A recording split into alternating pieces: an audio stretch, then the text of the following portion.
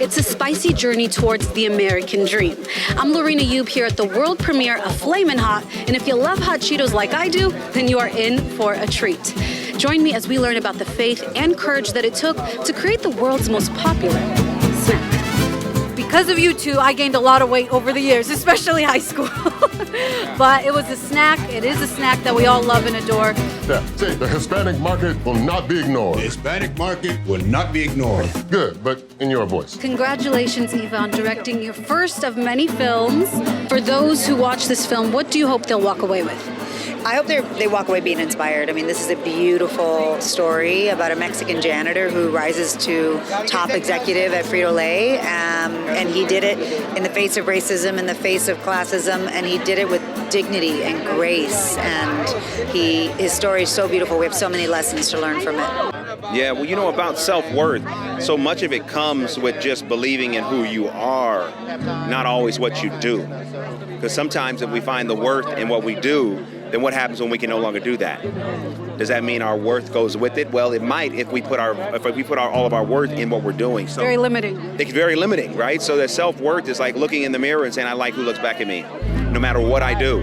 No matter what kind of job, no matter what status, I feel I am worthy. I feel I'm worthy of life's best. And then from that place, we lead. And then from that place, we live. And from that place, we grow. That is what I think is captured in this film. When you look at the characters in the movie, everyone is really encouraging Richard to believe in himself, have self-worth, to know that he's great. He gets that message multiple times through the film because so often we're the ones that are our worst critic. We're the ones that don't believe. So in this film, we really wanted to show the power of what happens when you do believe in yourself. You know, my faith is what changed my life. Even, you know, when I was, because I never went to school.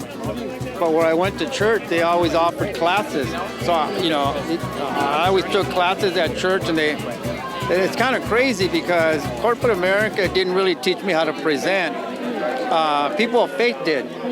No. You guys experience love through the church, through faith, and that's beautiful. And speaking of love, Judy, what you portray, not just in the film, but in real life, I think is inspiring because it's easy for dealing with poverty or struggle to complain, but you chose to believe in your husband and empower him. How do you stay positive in those tough times?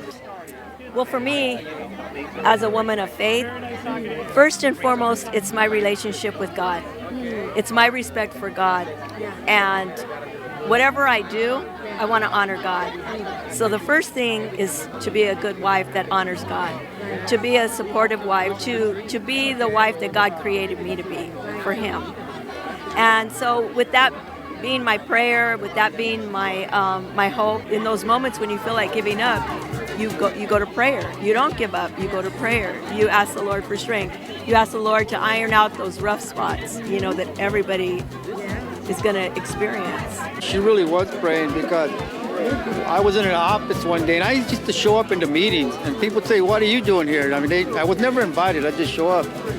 And one day they asked a question and I brilliantly answered it.